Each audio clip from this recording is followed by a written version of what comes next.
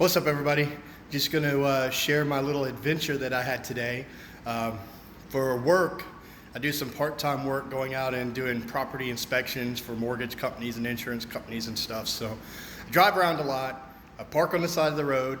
I take pictures, get in the car, go on to the next one, so on and so forth. So today, I'm going to one of my houses I have to look at. And there is a dog that appears to, it looks like a Chow Chow, except it's got the body of a German Shepherd. So it's this big dog. And as I'm going down the road, it kind of challenges my car. I thought it was going to bite my bumper or something. But it stood there and growled a little bit and kind of snapped at my car and then went about his business. And I was like, wow, that's a scary dog. So I parked and I'm going through my checklist and stuff that I have to do on my app. Sitting in the car, and I see a lady and a couple of young kids come out, and I'm keeping an eye on them because I don't want that dog to come and hurt those children, and doing my work. And then I had to get out and do my picture part, so I get out and the lady with the kids was there, and I told her, you know, look out, there's a mean looking dog around. And she says, oh, that's our dog. One of the kids opened the door and accidentally let it out. And I said, oh, okay, well, I just wanted to give a heads up because I didn't want anybody getting attacked by a dog, especially not little guys. So they went down the road looking for the dog, who I didn't know where it was at that point. And I was taking my pictures, and as I had one more picture to take, and I'm heading back towards my car where I have to get the angle for the very last one, and I see that dog coming, and it's coming right at me, and there's a big HD Home Depot delivery box truck coming up the road towards me as well. And it goes out and around that truck, and I've got my sidearm on, and I see it come in, and when it was about, 75 feet, I rest my hand on the backside of my pistol. And then it kept coming and kept coming, getting a little determined, moving a little bit quicker, and it got, about 30 feet from me. And now I've got a grip on my pistol. It's still holstered. And then it gets about 20 feet from me. I unholster it because it's obvious that this dog is going to come after me.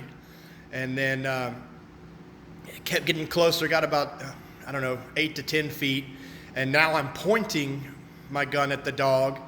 And it takes a stance and gets a little growly and shows a little teeth. And at that point, I start yelling at the dog, trying to, change its mind, because I didn't want to kill the dog, and I knew the family that owned it are right down the road somewhere, and they were probably going to, if I have to kill this dog, they're going to have to watch, and it's going to be bad for everybody, especially the dog.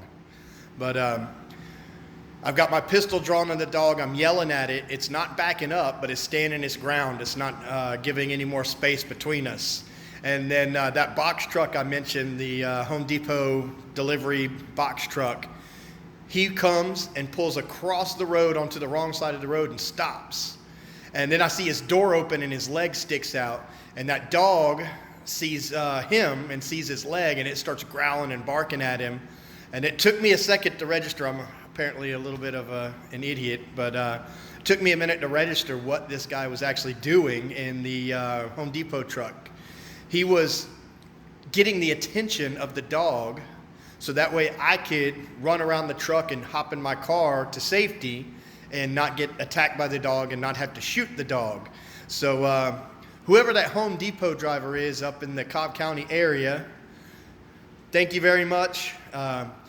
You saved my tail a little bit, but you saved that dog and that family's dog from what was right about to be its last breath, because finger was about to hit the trigger on that one. I mean, I was 90% there and dedicated to protecting myself, but it was an unfortunate circumstance, but it was really cool that guy came and pulled his truck up and distracted the dog so I could retreat to my car in safety.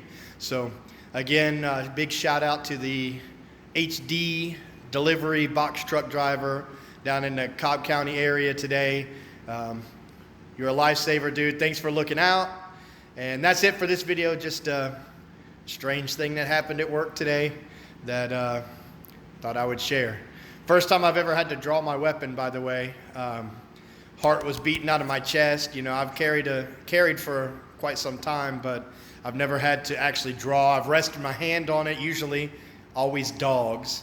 I've rested my hand on it and been ready to draw a couple of times, maybe a few, but this is the first time I've ever had to like fully 100% unholster and point my weapon.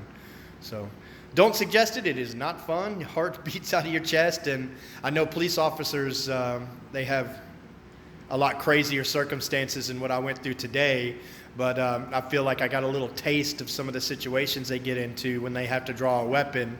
You know, the adrenaline, your heart is beating, you're not thinking 100% clearly. You really are clouded on what's the right and the wrong decisions because you can see the outcome, no matter which decision you make, being bad for somebody or something. So I totally get where those guys are coming from. So next time you see one of those news stories about a policeman that, you know, had to use his duty weapon, cut them a little bit of slack, because in those situations it's very difficult to know what you should do and, you know, which is the best bad outcome for you. So anyway, that's the end of this video. We'll see you guys next time.